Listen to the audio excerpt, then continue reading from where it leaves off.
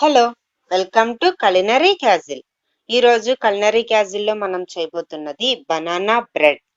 చాలా టేస్టీగా ఉండే బనానా బ్రెడ్ని ఈజీగా ఇంట్లో ఉన్న ఇంగ్రీడియంట్స్తోనే తయారు చేసుకోవచ్చు. ప్రొసీజర్ కూడా చాలా ఈజీ.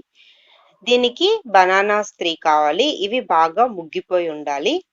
అలాగే sugar, maida and atta equal quantities లో తీసుకున్నాను. లేదు కావాలంటే పూర్తిగా మైదానే యూజ్ చేసుకోవచ్చు. ఆయిల్, దాల్చిన చెక్క powder, salt, baking powder, baking soda, vanilla essence. మొదటగా ఈ బనానాస్ ని స్మాల్ పీసెస్ గా కట్ చేసుకోవాలి. ఇలా కట్ చేసుకున్న తర్వాత వీటిని మెత్తగా మ్యాష్ చేసుకోవాలి. దీన్ని మిక్సీలో వేయకూడదు. మిక్సీలో వేయటం మూలాన అవి ప్రాపర్ గా రావు, బాగా ఎక్కువ మ్యాష్ అయిపోతాయి. కాబట్టి వీటిని ఫోర్క్ తో లేదా ఇట్లా మ్యాషర్ ఉంటే మ్యాషర్ తో మిక్స్ చేసుకోవాలి. నెక్స్ట్ షుగర్ యాడ్ చేయాలి. షుగర్ డైరెక్ట్ గా యాడ్ చేసేయచ్చు, గ్రైండ్ చేయాల్సిన అవసరం లేదు. కాకపోతే నా దగ్గర ఉన్న షుగర్ కొంచెం పెద్దగా లావుగా ఉండటం వల్ల నేను లైట్ గా కోస్ట్ చేసి వేసాను. ఇలా షుగర్ ని కూడా ప్రాపర్ గా మిక్స్ చేసేసుకోవాలి. చూడండి, ఇప్పుడు మన బనానా అండ్ షుగర్ అంతా కరిగిపోయి బాగా మిక్స్ అయిపోయింది. ఇప్పుడు మనం దీంట్లో vanilla essence and oil add చేసుకోవాలి. చూడండి, ఇప్పుడు ఆయిల్ అనేది కలవకుండా పైన తేలుతోంది. ఇది బాగా మిక్స్ అయిపోయేట్లు మనం కలుపుకోవాలి. దీనికి బ్లెండర్ యూజ్ చేయాల్సిన అవసరం లేదు, జస్ట్ దీంతో కలుపుకోవచ్చు. చూడండి, ఇప్పుడు ఆయిల్ అంతా దాంట్లో మిక్స్ అయిపోయింది. ఇక లాస్ట్ అండ్ ఫైనల్ మన డ్రై ఇంగ్రీడియంట్స్, వీటిని జల్లించి వేసుకోవాలి. మైదా అండ్ ఆటా, లేదా ఓన్లీ మైదా ఆర్ ఓన్లీ ఆటాతో కూడా చేసుకోవచ్చు. సాల్ట్, దాల్చిన చెక్క powder, baking powder and baking soda. బనానాతో పాటు దాల్చిన చెక్క టేస్ట్ చాలా బాగుంటుంది. కాబట్టి దాల్చిన చెక్క పౌడర్ అనేది చాలా ఇంపార్టెంట్. అది ఈ బ్రెడ్ యొక్క టేస్ట్ ని ఎన్హాన్స్ చేస్తుంది. ఇప్పుడు వీటిని మనం చక్కగా జల్లించుకోవాలి.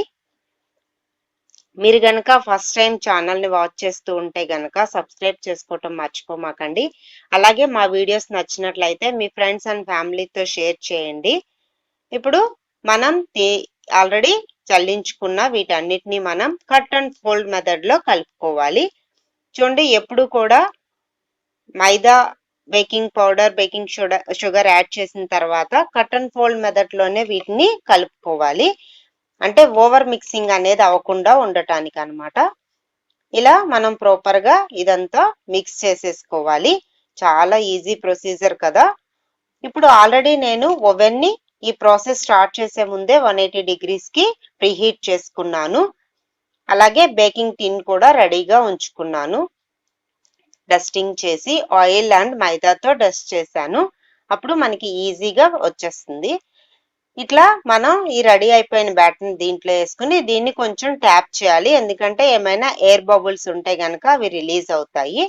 దీన్ని ఓవెన్ లో 180 degrees సెంటిగ్రేడ్ దగ్గర 30 to 40 minutes బేక్ చేసుకోవాలి. ఓవెన్ లో ఎప్పుడైనా కానీ దాన్ని మిడిల్ ర్యాక్ మీద పెట్టుకుంటే ప్రాపర్ గా బేక్ అవుతుంది అనమాట. హై ర్యాక్ మీద పెడితే పైన ఎక్కువ కుక్ అయిపోతుంది, కింద కుక్ అవ్వదు. కాబట్టి ఇట్లాంటివి అవాయిడ్ చేయడానికి ఎప్పుడు మిడిల్ ర్యాక్ మీదే బేక్ చేసుకోండి. ఇప్పుడు మనం బనానా బ్రెడ్ రెడీ అయిపోయింది. చూడండి, చూడటానికి కూడా చాలా కలర్ఫుల్ గా, చూడగానే తినాలనిపించేటట్లుగా ఉంది కదా. చాలా ఈజీ ప్రొసీజర్ కూడా, తప్పకుండా ట్రై చేయండి. ఇప్పుడు దీన్ని ఇమీడియట్ గా ఓవెన్ నుంచి తీసేయండి. తీసేసిన తర్వాత జస్ట్ ఒక 5 minutes మాత్రమే దీన్ని చల్లారనివ్వాలి.